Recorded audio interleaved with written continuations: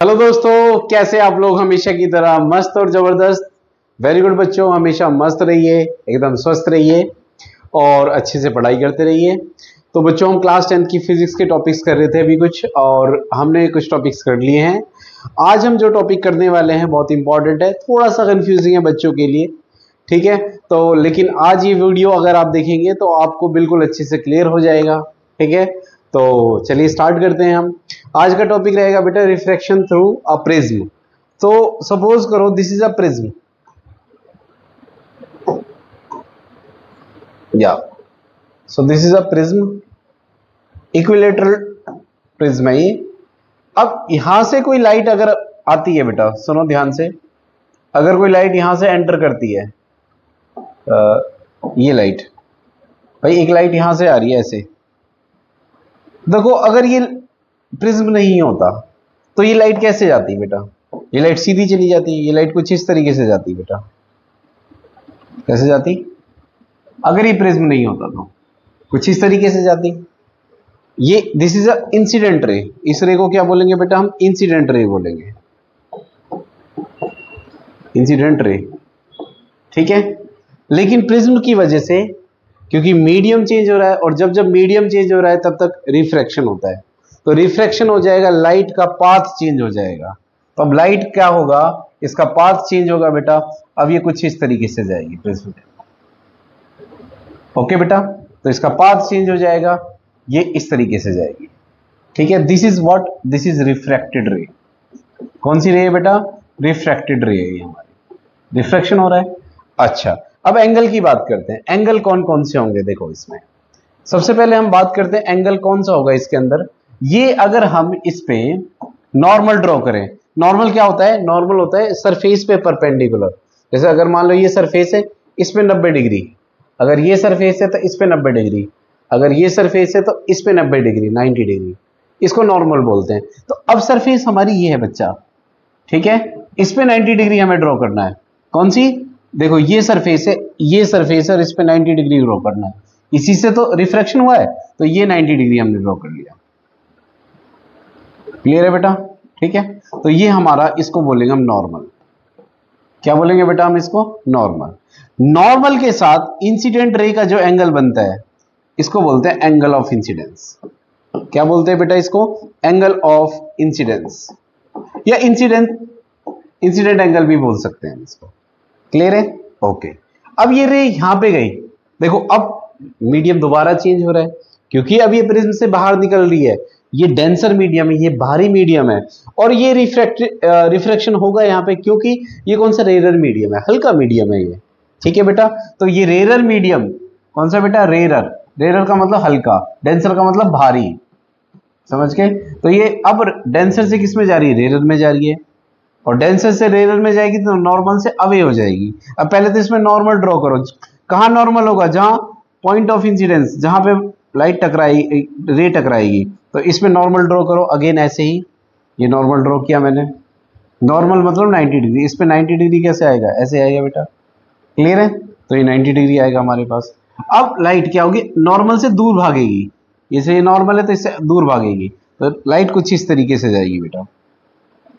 कहां से जाएगी लाइट? कुछ इस तरीके से। तो लाइट ऐसे पास होगी। क्लियर है बेटा?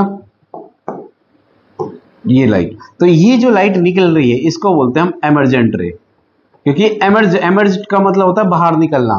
तो ये रे कौन सी होगी बेटा? एमर्जेंट रे होगी। एमर्जेंट रे जो नॉर्मल के साथ एंगल बनाती है उसको बोलते हैं एंगल ऑफ एमर्जेंस। क्या बोलते हैं बेटा इसको? Angle of emergence. क्या बोलते हैं बेटा इसको? एंगल ऑफ एमर्जेंस बोलते हैं, ठीक है। क्लियर है बेटा? तो ये हो गया हमारा एंगल ऑफ एमर्जेंस।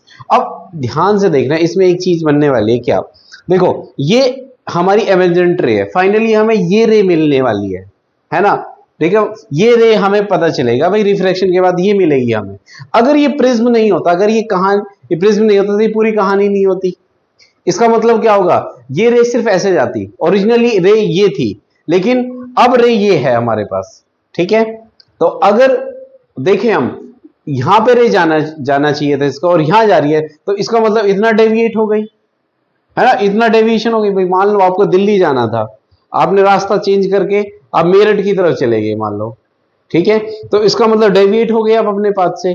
ऐसी एरिया डेविएट हो गई, विचलित हो गई, है ना, तो डेविएट हो गई ये अपने ओरिजिनल पाथ से। ओरिजिनल पाथ ये था इसका, लेकिन अब रे ये दिख रही है, अगर हम देखें तो ये दिख रही है, लेकिन जाना कहां था उसको, यहां पे जाना था, है ना, तो इसका मतलब ये डेविएशन हुआ है।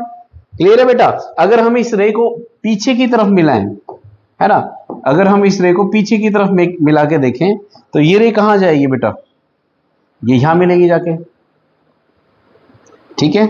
इसका मतलब क्या हुआ कि रे हमें ये दिख रही है, उसको जाना चाहिए था इधर, इसका मतलब इतना एंगल, यार इतना एंगल चेंज हो गया, समझ रहे आप, इस रे को ऐसे जाना चाहिए था, लेकिन जा कहां रही है, ये यहां रही है, समझ गए। तो एंगल बना दो इसके बीच में, ये वाला एंगल, ये एंगल और ये एंगल सेम ही तो है बेटा, समझ गए।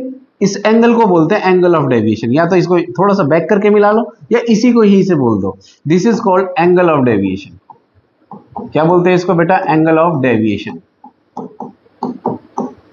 डेल कैसे बनता है, ये ऐसे बनता है, थोड़ा एस की तरह, यही हमारा एंगल ऑफ डेविएशन है, क्योंकि इतना ही डेविएट हुई है ना हमारे पास रे, ठीक है। और जब हम डिस्पर्जन ऑफ लाइट आगे पढ़ेंगे तो अब देखेंगे कि जो एंगल ऑफ डेविएशन है सब लाइट्स के लिए अलग अलग होता है, ठीक है, उसको हम डिस्पर्जन ऑफ लाइट में थोड़ा सा देखेंगे, ठीक है। थोड़ा सा बता दूं वैसे डिस्पर्जन ऑफ लाइट क्या होता है, कि यही लाइट आगे 7 कलर्स में स्प्लिट हो जाती है, समझ गए। ये तो सिर्फ रिफ्रैक्शन पार्ट हमने देखा है, डिस्पर्जन जब हम करेंगे तो देखेंगे उसमें ये 7 कलर्स में स्प्लिट हो जाएगी, और हर एक कलर का वेवलेंथ क्या होगा, हर एक कलर का जो एंगल ऑफ डेविएशन है वो डिफरेंट होगा, समझ में आया बेटा।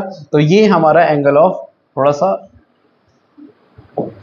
सही से ये वाला डायग्राम है, ठीक है, ये बनाना, ठीक है, वो थोड़ा सा अजीब सा लगता है, आप बना सकते हैं, वो भी क्लियर है। दिस इज व्हाट बेटा एंगल ऑफ डेविएशन। तो आपको समझ में आई ये चीजें, ठीक है। तो ये वाला एंगल आई हो गया हमारे पास, ये अच्छा। एंगल ऑफ रिफ्रैक्शन कौन सा होगा, नॉर्मल कहाँ है बेटा, ये है नॉर्मल, ये तो नॉर्मल के साथ रिफ्रैक्टेड रे, ये होगा एंगल ऑफ रिफ्रैक्शन। मान लो ये यहाँ पे R1 है और यहाँ पे ये एंगल हो गया एंगल ऑफ रिफ्रैक्शन, क्योंकि ये भी रिफ्रैक्टेड रे, अभी स्टिल दिस इज रिफ्रैक्टेड रे एंड दिस इज नॉर्मल, इसको हम R2 बोल देते हैं, ठीक है। कंपेरेबल होगा, ऑलमोस्ट सिमिलर ही होगा R1 R2, क्योंकि मीडियम सेम है हमारे पास, ठीक, क्लियर है बेटा। तो ये डायग्राम आपको समझ में आया। डिफाइन कैसे करेंगे एंगल ऑफ एमर्जेंस को, angle of emergence is the angle between the normal and the emergent रे। एंगल ऑफ इंसिडेंस को कैसे डिफाइन करें, angle between the incident ray and the normal, ठीक है। एंगल ऑफ डेविएशन को कैसे डिफाइन करेंगे, एंगल बिटवीन एमर्जेंट रे एंड द ओरिजिनल रे, ठीक है, एंड ओरिजिनल मतलब incident ray, angle between incident ray, ये इंसिडेंट ही तो है बेटा, incident ray and emergent ray is known as angle of deviation. क्या बोलते हैं उसको बेटा, एंगल ऑफ डेविएशन। समझ में आया टॉपिक आपको। तो ये टॉपिक था, इसमें कंफ्यूजन होती है बच्चों को, समझ में नहीं आता कौन सा एंगल कहां बनता है, तो आई होप आपको ये टॉपिक समझ में आ गया होगा, ठीक है। मिलते हैं जल्दी वीडियो में, चैनल को लाइक और सब्सक्राइब शेयर करें अपने दोस्तों के साथ। Thank you so much.